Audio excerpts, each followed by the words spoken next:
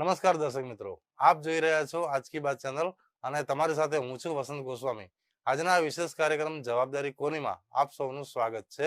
Corona કાળમાં લોકો પોતાની જવાબદારી નથી સમજી રહ્યા, શું કાળજી લેવી જોઈએ અને હાલ શહેરોની શું પરિસ્થિતિ છે તેને લઈ આ ચર્ચામાં આપણી સાથે જોડાયા છે સ્થાનિક તબીબ ડોક્ટર લાલજીભાઈ પટેલ અને સ્થાનિક અગ્રણી જગદીશચંદ્ર મોદી। આપ બંને મહાનુભાવોનું પણ આજ કી બાત ચેનલમાં સ્વાગત છે। મારો સૌથી પહેલો સવાલ છે ડોક્ટર લાલજીભાઈ પટેલને। સાહેબ, અલગ અલગ તબક્કા પ્રમાણે લોકડાઉન કર્યું, લોકોને ઘરમાં રાખ્યા, છતાં કોરોનાનું સંક્રમણ અટક્યું નથી, તો એના માટે શું અસરકારક કયા કોઈ અસરકારક પગલાં ન લેવાય એવું બની શકે? હા, આની અંદર એવું છે કે પબ્લિકે પોતાની નૈતિક જવાબદારી ન સ્વીકારી અને જે સરકારના નિયમો હતા જે પાલન ન કર્યું એને લીધે જે આ સંક્રમણ વધ્યું, એના લીધે આ કોરોનાનો કહેર વધતો ગયો। સાહેબ, એક સવાલ એવો પણ ઉઠે છે કે સરકાર દ્વારા સમયસર ટેસ્ટિંગ લેબો ઊભી ન કરવાથી આ પરિસ્થિતિ ઊભી થઈ છે। આપ શું માનો છો એ બાબતમાં? એ વાત સાચી છે કે શરૂઆતના સ્ટેજની અંદર સરકાર પાસે એટલી સગવડ નથી ટેસ્ટ કરવાની માટે કે જેટલી કીટ પણ નથી અવેલેબલ, જે પાછળથી આવી એને લીધે થોડું ડિલેડ થયું ટેસ્ટિંગ માટે। અત્યારે કોરોનાની સ્થિતિમાં જે કોરોના વિકરાળ રૂપે આગળ વધી રહ્યો છે એવી સ્થિતિમાં સરકાર અને વહીવટીતંત્ર બંને પોતાની પ્રતિષ્ઠા જાળવવામાં પડ્યા હોય એવું લગભગ દરેક લોકો માનવા માંડ્યા છે। કોરોનાના દર્દીઓને હજી સુધી પૂરી રીતે ટ્રેસ પણ કરી શકાયા નથી, એવા આક્ષેપો થતા રહે છે। શું કહેશો આપ જગદીશભાઈ? સાહેબ, એમાં છે ને શરૂઆતમાં જે સરકારે તૈયારી બતાવી હતી એ તૈયારી જે હતી એ તૈયારી પ્રમાણે કોઈ કામ થયું નથી અને આરોગ્ય વિભાગે જે એની ગંભીરતા લેવી જોઈએ એ લેવાની નથી। પબ્લિકે 100% 45 દિવસ લોકડાઉનનું પાલન કર્યું અને વેપારીઓએ પણ પોતાનો ભોગ આપ્યો, પરંતુ સરકારે ક્યાંક કોઈક ખામી રહી ગઈ અને ટેસ્ટિંગ આજ બી ઓછા થાય છે અને નામ બી જાહેર નહીં થતા, એના કારણે બી થોડું કોરોનાનું સંક્રમણ વધવાની શક્યતાઓ છે જ। પણ ફરીથી ડૉક્ટર સાહેબને પૂછીશું કે સાહેબ, બનાસકાંઠા જિલ્લામાં કોરોના સંક્રમણ વધ્યું, એમાં આરોગ્ય વિભાગની ટેસ્ટ પોલિસી કેટલી જવાબદાર છે? આરોગ્ય ટેસ્ટ પોલિસી તો એ તો ગવર્મેન્ટ ઉપર આધાર હોય છે। જે ગવર્મેન્ટ જેટલું પણ આગળથી હોય એ પ્રમાણે આરોગ્ય વિભાગ કરતું જ હોય છે અને ટેસ્ટ તો ગવર્મેન્ટમાં અત્યારે તો થઈ જ રહ્યા છે પૂરેપૂરા। સાહેબ, જિલ્લામાં હમણાંથી જોવા જઈએ તો લોકલ સંક્રમણ ઘણું વધી રહ્યું છે, ગામડામાં પણ કોરોનાના કેસ ચિંતાજનક હદે આગળ આવી રહ્યા છે। હવે બનાસકાંઠાની હાલની સ્થિતિ જોતા ભવિષ્યની પરિસ્થિતિ કેવી સર્જાઈ શકે એમ? ભવિષ્યમાં કોરોના હજી તો વધવાની શક્યતા છે જ, કારણ કે હજી સંક્રમણ જે કોમ્યુનિટી ટ્રાન્સફર જે કહેવાય એ પ્રમાણે આગળ વધી જ રહ્યું છે। હવે એક સવાલ આપણે જગદીશભાઈને કરશું કે આરોગ્ય વિભાગ એવો દાવો કરે છે કે સમયસર સારવાર અને ટેસ્ટિંગ કરવામાં તંત્ર ખડે પગે કામ કરી રહ્યું છે, આ દાવો જગદીશભાઈ કેટલો સાચો માની શકાય? સાહેબ, જે ટેસ્ટિંગ થવું જોઈએ ટેસ્ટિંગ થતું નથી અને ટેસ્ટિંગ ન થવાના કારણે જ આ કોરોનાનો જે વધી રહ્યો એને જે ક્વોરન્ટાઇન વિસ્તારોમાં બી જે લોકોને ક્વોરન્ટાઇન કરવા જોઈએ થતા નથી અને એ લોકોનું પણ ટેસ્ટિંગ થતું નથી, તેના કારણે જ આ કોરોનાનું સંક્રમણ વધી રહ્યું છે। બનાસકાંઠા જિલ્લામાં કોરોનાના સંક્રમણમાં જે વધારો થયો છે એમાં લોકોની ભૂમિકા કેટલી, ડૉક્ટર સાહેબ? લોકોની ભૂમિકા તો 100% વધારે જ છે, કારણ લોકો હજી પણ માસ્ક વગર ફરે છે। હજી પણ આપણે માર્કેટમાં જોઈએ છે ટોળાના ટોળા ભરી રહ્યા છે। અત્યારે ફ્રૂટ શાકભાજી વેચવાવાળા ઘણા લારી ગલ્લા પર જોયા છે, કોઈ પણ માસ્ક વગર વેચી રહ્યા છે અને લોકો હજી પણ જોઈએ એટલી કેર લેતા નથી, તેને લીધે હજી તો સંક્રમણ વધવાનું જ 100%। જગદીશભાઈને પૂછીશું કે ICMR 2 વખત ગુજરાત સરકારના ટેસ્ટિંગ વધારવાનું કહ્યું, આપને એવું લાગે છે કે ટેસ્ટિંગ શરૂઆતમાં ઓછા થવાથી કોરોનાનો મૃત્યુ દર વધ્યો હોય? 100% સાહેબ, ટેસ્ટિંગ ઓછું જ થતું હતું અને આજ બી સરકારે ICMR કીધું છતાંય પ્રાઇવેટ લેબોરેટરીઓને બી સોંપ્યું અને પ્રાઇવેટ લેબોરેટરીઓથી બી ટેસ્ટિંગ થાય છે, એના પોઝિટિવ કેસ આવે છે અને એ લોકો પણ પોતાની રીતે પ્રાઇવેટ હોસ્પિટલોમાં સારવાર લઈ રહ્યા। સરકારે આજે જવાબદારી મેળવી હાથ અદ્ધર કરી દીધા છે। સાહેબ, આપ કોંગ્રેસના અગ્રણી છો, વેપારી અગ્રણી પણ છો, તો એ પૂછીશ કે ગુજરાત સરકાર પોતાની શાખ જાળવવા આજે નવી નીતિ લાગુ કરી રહી છે અને વહીવટી તંત્ર પણ એને જ અનુસરી રહ્યું છે એવું લોકો માને છે, આપ શું કહેશો? સાહેબ, વહીવટી તંત્ર બી આજે આ સરકારની નીતિથી નારાજ છે પણ એ બોલી નથી શકતા અને એમને પોતાને પણ ખ્યાલ છે કે જ્યાંથી વહીવટ કરવો જોઈએ એ લોકોને જે સિસ્ટમથી સમજાવવા જોઈએ અને જે લોકોને પૂરું એનું વળતર મળવું જોઈએ એ નથી મળતું અને એમને પૂરી સુવિધાઓ બી નથી. આજે સુવિધાના અભાવે વહીવટીતંત્ર બી નારાજ છે અને એ પણ પોતે એનાથી ખરેખર એ લોકો આ ટેસ્ટિંગ અને એના કોરોનાના પોઝિટિવ પેશન્ટોને નથી દવા આપી શકતા એ બી સાથે સાચી વાત છે. આપણે ડોક્ટર સાહેબને પૂછીશું કે સાહેબ ટેસ્ટ, ટ્રેક અને ટ્રીટ આ ત્રણેય બાબતોમાં સરકાર અને જિલ્લા આરોગ્ય વિભાગ ખરેખર ખરું ઉતર્યું છે ખરું? જિલ્લા આરોગ્ય વિભાગ તો ખરેખર જે સરકારની ગાઈડલાઈન પ્રમાણે ટ્રેસ કરવા જોઈએ ટ્રેસ કરે છે, એનો રિપોર્ટિંગ બી કરે છે. જે નિયમ પ્રમાણે ઉપર જે ટ્રીટમેન્ટનો જે ફેરફાર થાય, જે દિવસ ક્વોરન્ટાઇન રાખવા પડે, જેટલા દિવસ હોસ્પિટલમાં જે નીતિ આવે રોજ બદલાતી રહે એ પ્રમાણે આરોગ્ય તંત્ર તો પૂરેપૂરું સંપૂર્ણ સહકાર સાથે ગવર્મેન્ટ સાથે જે ઉપરથી ફોલો થાય એ પ્રમાણે કરી રહ્યું છે. સાહેબ આપ તબીબ તરીકે કોરોનાને સમજી લો કે હજુ કોઈ રસી શોધાઈ નથી એટલે આપણે એનો ઠોસ ઉપાય તો બતાવી શકવાના નથી, પરંતુ આ સંક્રમણ અહીંયા જ અટકે, આગળ વધે નહીં, એના માટે શું ઠોસ ઉપાય હોઈ શકે? એના માટે તો પબ્લિકે બિનજરૂરિયાત ઘરની બહાર ન નીકળવું જોઈએ, બને ત્યાં સુધી ઓછો સમય બજારમાં રખડવું જોઈએ, માસ્ક ને સેનિટાઇઝેશન નિયમિત ઉપયોગ કરવો જોઈએ, જો તો રસ્તા પર થૂકવું ન જોઈએ અને જ્યારે બી થોડી બી તકલીફ તમને દેખાય તો તાત્કાલિક દવાખાને જઈ અને ટ્રીટમેન્ટ લેવી જોઈએ, પોતે જાતે ક્વોરન્ટાઇન થવું જોઈએ અને જાતે આગળ આવીને રિપોર્ટ કરાવવા જોઈએ. સાહેબ ઘણા કેસમાં એવું પણ જોવા મળે છે કે પરિવારમાં એક કેસ હોય તો બીજા પણ સંક્રમિત હોય છે અને ઘણા કેસમાં એવું પણ હોય છે કે ફેમિલીમાંથી એક કેસ મળે પણ બીજા લોકોને સંક્રમણ થતું નથી. તો આમાં શું માની શકાય? આની અંદર એવું છે કે ઇમ્યુનિટી બી ઘણાને હોય છે, એટલે એને લીધે એમને દેખાતું નથી. જેમ કે હર્ડ ઇમ્યુનિટી નામનો શબ્દ સાંભળ્યો હશે, એ પ્રમાણે ઘણાને ઇમ્યુનિટી હોય છે, એના લીધે એ દેખાતા નથી. અને ટેસ્ટ બી થાય પણ એની અંદર ટેસ્ટની બી રિલાયબિલિટી 70% વધારે નથી, તો એને લીધે એ લોકો નેગેટિવ પણ દેખાઈ શકે. શું સાહેબ હવે ભવિષ્યમાં જોવા જઈએ તો અત્યારે શ્રાવણ મહિનો છે એટલે ઘણા બધા તહેવારો પણ આવતા હોય છે, ભવિષ્યમાં નવરાત્રી પણ આવી રહી છે ટૂંકા ગાળામાં. કોરોના સંક્રમણ તો કદાચ 2021 પહેલા કંટ્રોલ થાય એવી કોઈ સ્થિતિ દેખાતી નથી. તો હવે પબ્લિકે શું જાગૃતિ રાખવી જોઈએ આવા જાહેર કાર્યક્રમો માટે? જાહેર કાર્યક્રમો ન જ થવા જોઈએ. બિનજરૂરી જે કાર્યક્રમ ન હોય, જીવન જરૂરિયાત સિવાયના કોઈ બી કાર્યક્રમ ન થવા જોઈએ અને પબ્લિકે પણ પોતાની સ્વેચ્છાએ સમજદારી ને જવાબદારી નિભાવવી જોઈએ. આપણે હવે સવાલ કરશું જગદીશભાઈને કે આજે ડીસા અને પાલનપુરમાં સંક્રમણ વધ્યું છે, કોરોના હોટસ્પોટ તરીકે બંને વિસ્તારો ઉપસી રહ્યા છે. વહીવટીતંત્રએ આ સ્થિતિ ઉપર અંકુશ મૂકવાના આશયથી જિલ્લા કલેક્ટરશ્રીએ સવારે 7 થી 4 વાગ્યા સુધી વેપારની છૂટ આપી છે, સાંજે 4 વાગ્યા પછી બંધ કરાવ્યું છે. એ જાહેરનામું પાછું 10 ઓગસ્ટ સુધી લંબાવી દેવાયું છે. આપ શું કહેશો વેપારી અગ્રણી તરીકે અને એક કોંગ્રેસના અગ્રણી તરીકે? સાહેબ સરકારશ્રીએ જે જાહેરનામું બહાર પાડ્યું 7 થી 4 વાગ્યા સુધીનો પોતાના વેપાર ધંધાનું, તે સારી જ વસ્તુ છે કે જેનાથી સંક્રમણ બપોર પછી સાંજના સમયે જે લોકો બહાર નીકળે છે તે લોકો ન નીકળે અને એનાથી સંક્રમણ ન વધે. પરંતુ વેપારીઓએ તો સાહેબ આ છેલ્લા 4-5 મહિનામાં ખૂબ પોતાને વેપાર ધંધાએ બંધ રાખ્યા, પણ પબ્લિકે પોતાની અવેરનેસ રાખી નથી. પબ્લિક પોતે કોઈ વસ્તુ સાચવતી નથી, ત્યારે આ સંક્રમણ વધી રહ્યું છે. અને આ જે ગામડે ગામડે પહોંચ્યું છે, ડીસા અને પાલનપુર શહેરની વાત કરીએ છીએ આપણે, પરંતુ વાવ, થરાદ, ધાનેરા, આપણા બનાસકાંઠાના બધા જ ગામોમાં આજે કોરોનાનું સંક્રમણ વધી રહ્યું છે. એટલે આજે સમયની વાત છે, એમાં તો વેપારીઓએ ખૂબ બલિદાન આપ્યું છે અને નાના અને મધ્યમ ઉદ્યોગના વેપારીઓ આજે મરી બી રહ્યા છે, છતાંય પોતાના ધંધાને લોકો બંધ રાખી અને પોતે બને એટલી કોશિશ કરે છે સંક્રમણ ન વધે. પરંતુ આજે મારે આપના માધ્યમથી એવું કહેવું છે કે કરિયાણાના વેપારી તરીકે હું એવું કહેવા માંગુ છું કે આજે 32 થી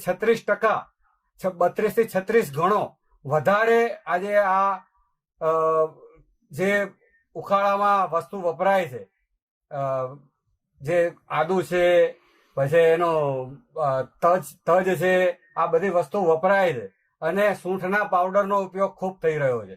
એટલે મારું કહેવું એવું છે કે લોકોએ આ ઉકાળા બી લેવા જોઈએ, ગરમ પાણી બી લેવું જોઈએ અને સરકારની જે ગાઈડલાઇન્સ છે તે મુજબ સેનિટાઈઝરનો એનો ઉપયોગ કરવો જોઈએ. આ સંક્રમણ આપણે આપણી જાતે જ રોકવાનું છે.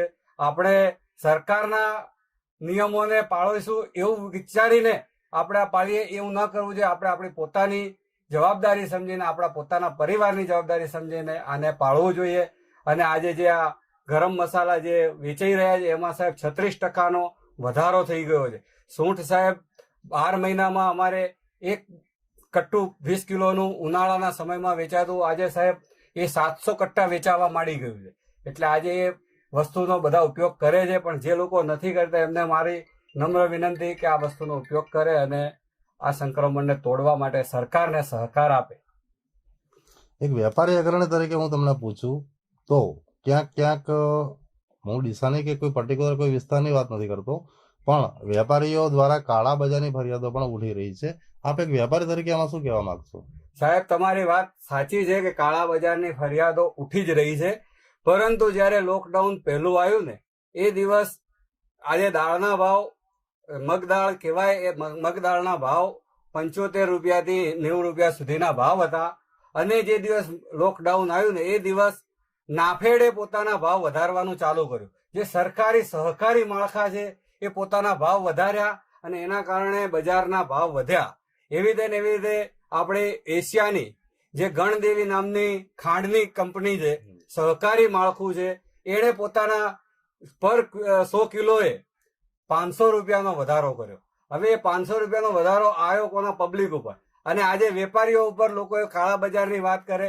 વેપારી પોતાનો નફો સીમિત જ લે છે અને તંત્ર બધી જ નજર રાખતું હતું, પરંતુ ક્યાંક ને ક્યાંક સરકારના ઉપરના સહકારી માળખાઓએ બી સિંગ તેલ છે એમાં બી એ લોકોએ પોતાના ટેકાના ભાવે ખરીદેલા, એનાથી દોઢા ભાવે સિંગ વેચી અને એનાથી બી આ કાળા બજાર જેવું પરિસ્થિતિ દેખાણી. ભાવ વધારો સાહેબ સહકારી માળખાઓમાં સરકારો જે નાફેડના માધ્યમથી ખરીદે છે એ ભાવે વેચતી હોય તો 100% માર્કેટના ભાવ નીચા રહે અને એનાથી લોકોને ફાયદો થાય. સમજી લીધું કે તમે કહો છો એ પ્રમાણે વેપારીઓ પ્રામાણિકપણે અત્યારે લોકડાઉનની પરિસ્થિતિમાં પ્રામાણિકપણે વ્યવસાય કરતા હશે, પણ કદાચ કોઈ એવો વેપારી હોય કે જે આવી નફાખોરીમાં માનતો હોય, તો આપ વેપારી આગેવાન તરીકે શું સલાહ આપશો એમને? સાહેબ, જે આવી રીતે કોઈ જો પોતાનો માલ પકડી રાખી અને પોતે ભાવ વધારે લેતો હોય તો તેની પાસે સરકાર પાસે બધી જ એમની પોતાની કંપનીઓ છે, પોતે પોતાની રીતે તપાસ કરવી જોઈએ અને જે પણ વેપારી આવું કરતો હોય તેને ઉજાગર કરવો જોઈએ. સરકારે એને દંડ કરવો જોઈએ અને એના સાથે હું પણ સંમત છું કે આ પરિસ્થિતિમાં આવી કામગીરી કરતા હોય એ લોકોને ન કરવી જોઈએ. એક બીજો પ્રશ્ન એવો પણ છે કે પોલીસની કામગીરી સામે જે રોષ ઉભો થયો હતો, આપ વેપારી આગેવાન તરીકે શું માનો છો એમાં? સરકારના જે નિયમો હોય એ પાળવા જોઈએ બધાએ. પોલીસ અધિકારીઓએ બી આ કોરોનાની મહામારીમાં ખૂબ સારી કામગીરી કરી છે, લોકોની સાથે સારો વ્યવહાર બી કર્યો છે. છતાંય ક્યાંક કોઈક વેપારીને ખોટી રીતે હેરાનગતિ કરવામાં આવી હોય કોઈક એકાદ બે અધિકારીથી, તો એને અમે એનો એક્શન બી લેવાના છે, એની અમે અરજીઓ બી કરી છે અને બને ત્યાં સુધી અમે સહકારની ભાવનાથી આજે કામ કરી રહ્યા છીએ. આપણે જઈશું ડૉક્ટર સાહેબ પાસે ફરીથી. સાહેબ, અત્યારે કોરોનાને નાથવા માટેના બે જ વિકલ્પો, માસ્ક અને સેનિટાઈઝર. હવે સેનિટાઈઝર કઈ રીતે અને કેટલું ઉપયોગી છે અને માસ્ક કઈ રીતે અને કેટલું ઉપયોગી છે એ જરા પ્રકાશ પાડશો? સેનેટાઈઝ અત્યારે એવું છે કે તમે જેટલું હેન્ડ વોશ યુઝ કરો તો એટલું જરૂર પડે તો જ સેનેટાઈઝ, હેન્ડ વોશની ફેસિલિટી ન હોય તો તમે સેનેટાઈઝ યુઝ કરી શકો. સેનેટાઈઝથી શું થાય કે જે વસ્તુ તમારા હાથથી સેનેટાઈઝ થયેલું હોય તો જે વસ્તુને ટચ કરો કે સામેનો તમને ન લાગે, તમને ન ફેલાય. બીજું, માસ્ક તો કમ્પલસરી જરૂર જ છે. માસ્ક કોઈ બી સામાન્ય 3 લેયર હોય કે N95 હોય, દરેક માસ્ક પબ્લિકને ઉપયોગી છે, જે પોતે બી ન લાગે ને સામેવાળાને બી ન લાગે. એટલે માસ્કથી તો બંનેને સંક્રમણ અટકી શકે. સાહેબ, મેં ગઈકાલે એક ટીવી કાર્યક્રમમાં એવું પણ સાંભળ્યું કે ભવિષ્યમાં કોરોના શ્વાસ વાટે કે મોઢા વાટે નહીં પણ કાનથી પણ ફેલાઈ શકે. આમાં તથ્ય કેટલું? ના, આવું કોઈ તથ્ય છે જ નહીં. કાનથી કોઈ ફેલાવાની શક્યતા જ નથી. સાહેબ, હવે એવું જોવા જઈએ તો પાલનપુર હોય, અમદાવાદ હોય, પાટણ હોય, જે કોરોનાની ટ્રીટમેન્ટ કરે છે એવી હોસ્પિટલોના સ્ટાફ અને તબીબો પોતે પણ સંક્રમિત થઈ રહ્યા છે. તો ભવિષ્યની તમે કેવી સ્થિતિ જોવો છો આમ તો ડોક્ટરોની સૌથી દિશામાં સમજો કે એક ડોક્ટર સંક્રમિત થયા. પાલનપુરની અંદર 10 ડોક્ટર સંક્રમિત થયા અને આમાં મોર્ટાલિટી જોઈએ પબ્લિકની 2 થી 3% છે, પણ ડોક્ટરમાં 10% મૃત્યુદર છે. તો ડોક્ટરોનો સૌથી વધારે જે પેશન્ટ સાથે કોન્સ્ટન્ટ કોન્ટેક્ટમાં રહેવાથી સૌથી વધારે સંક્રમિત થઈ રહ્યા છે. સ્ટાફ બી સૌથી વધારે સંક્રમિત થઈ રહ્યો છે. એટલે આવી સ્થિતિમાં ડોક્ટરોને ચેપથી દૂર રાખવા માટે અને નોર્મલ પબ્લિકમાં પણ ચેપ ઓછો કરવા માટે ખરેખર અસરકારક હોય એવું કયું પગલું હોઈ શકે? બસ એ જ પબ્લિકે પોતે ધ્યાન રાખવું જોઈએ અને બને તે ડોક્ટરને સહકાર આપવો જોઈએ અને બિનજરૂરી બહાર ન નીકળવું જોઈએ. તો જ આ દેશની પરિસ્થિતિ સુધરી શકે. બંને ડોક્ટરને બી ફાયદો થાય અને પેશન્ટો પણ ઘટી શકે. આપ એક તબીબ તરીકે શું માનો છો કે કોરોના ક્યાં સુધી કંટ્રોલમાં આવી શકે? કોરોના હજી તો 6 મહિના સુધી તો આ જ પરિસ્થિતિ રહેશે. કદાચ કોઈ રસી આવે ને કદાચ કોરોનાનો ઇમ્યુનિટી આવે કે પબ્લિકને 50% જેટલાને થઈ જાય તો પછી કદાચ કોરોના ધીમે ધીમે પોતાનો કેર ઓછો થઈ શકે. સાહેબ, એક બહુ અગત્યનો સવાલ અમદાવાદ અને મુંબઈ માટે તો ખાસ ચર્ચામાં પણ આવેલો છે, હર્ડ ઇમ્યુનિટી.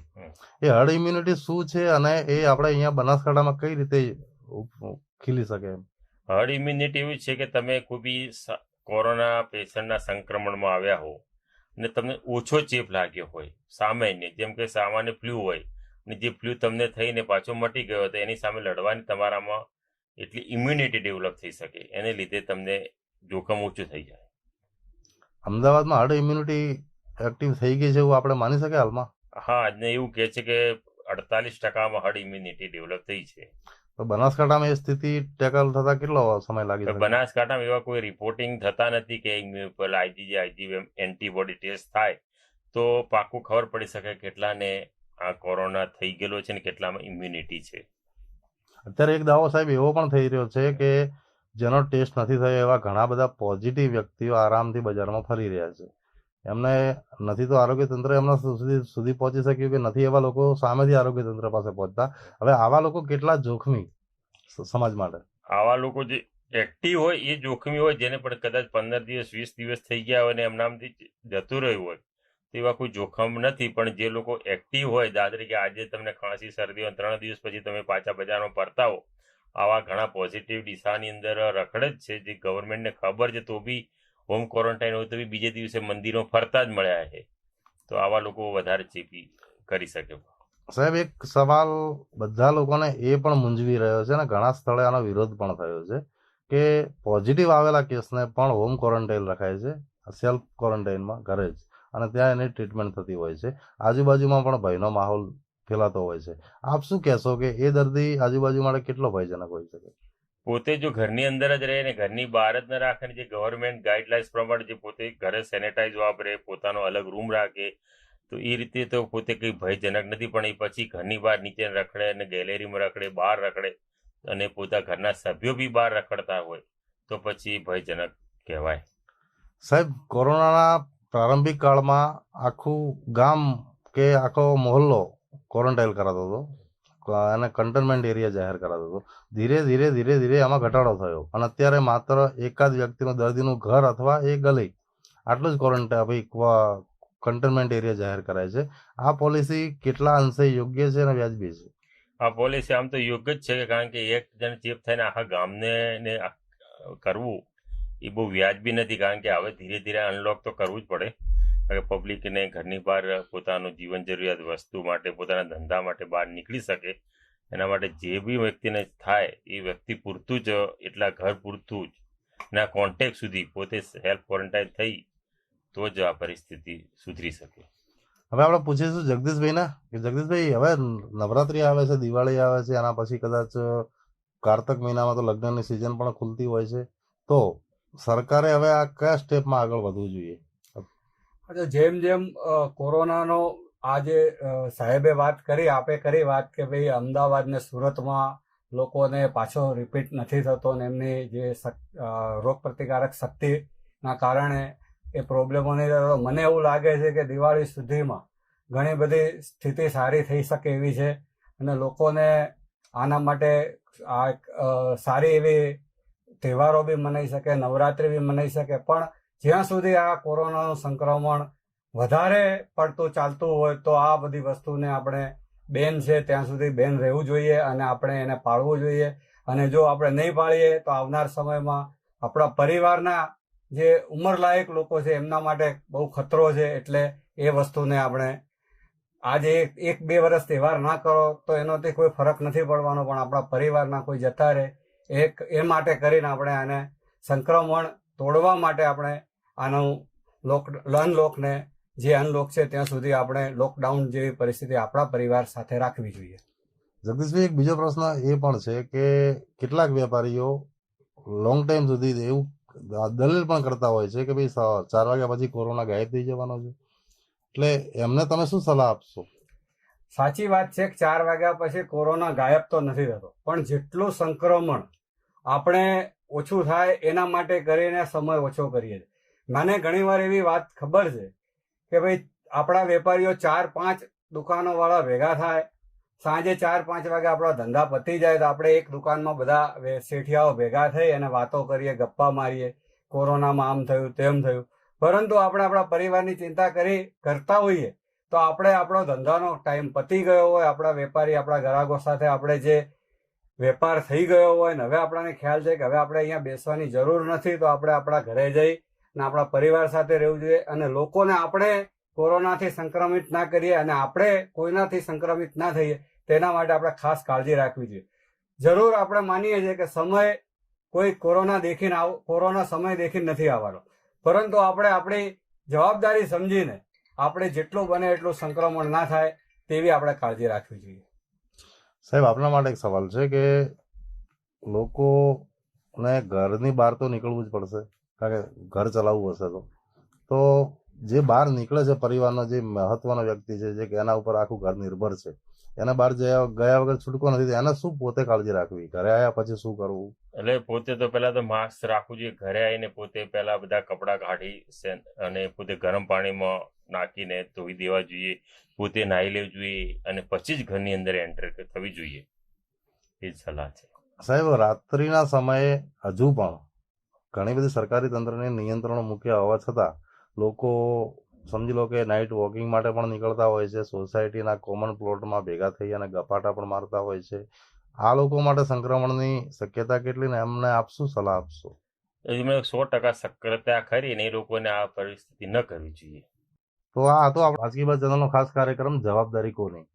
કોરોના સંક્રમણ વધવામાં સરકાર અને વહીવટી તંત્ર કરતા બંને મહાનુભાવો સાથે જે ચર્ચા થઈ એ પ્રમાણે પબ્લિકની જે બેજવાબદાર વર્તન છે એ વધુ જવાબદાર જણાય છે. તો હું આજકી બાત ચેનલ વતી પણ આપ સૌને વિનંતી કરીશ કે સરકારની ગાઈડલાઈનનું પાલન કરો, ઘરમાં રહો, સુરક્ષિત રહો. આજે આ કાર્યક્રમમાં આવેલા બંને મહેમાનોનો પણ હું ખાસ આ તબક્કે આભાર માનું છું. ધન્યવાદ.